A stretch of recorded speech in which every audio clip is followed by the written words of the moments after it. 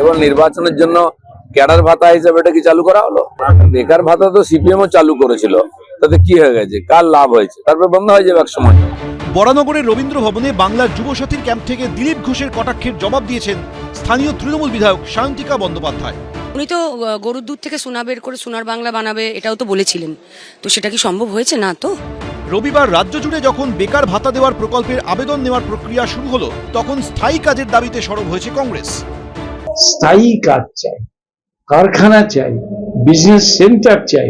রাজ্য সরকার এবং কেন্দ্রীয় সরকার যেটা করছেন সেটা হচ্ছে ডোল পলিটিক্স করছে, ভোট পলিটিক্স করছেন। ভোটের জন্য লোককে আমি টাকা দিয়ে দিলাম, এতে লাভটা কি হচ্ছে? যারা যুব সম্প্রদায় তাদের একটা হাত খরচ দরকার, সেই জায়গায় দাঁড়িয়ে তারা মাননীয় মুখ্যমন্ত্রী মমতা বন্দ্যোপাধ্যায়ের সমর্থন আশীর্বাদ পাচ্ছেন। যুব সমাজ তারাও আগামী দিন চাকরি পাবেন, কিন্তু যতক্ষণ না পাচ্ছেন ততক্ষণ এই সাপোর্টটা, তো এটাতেই এই কংগ্রেস সিপিএম তারা ভয় পেয়ে যাচ্ছে।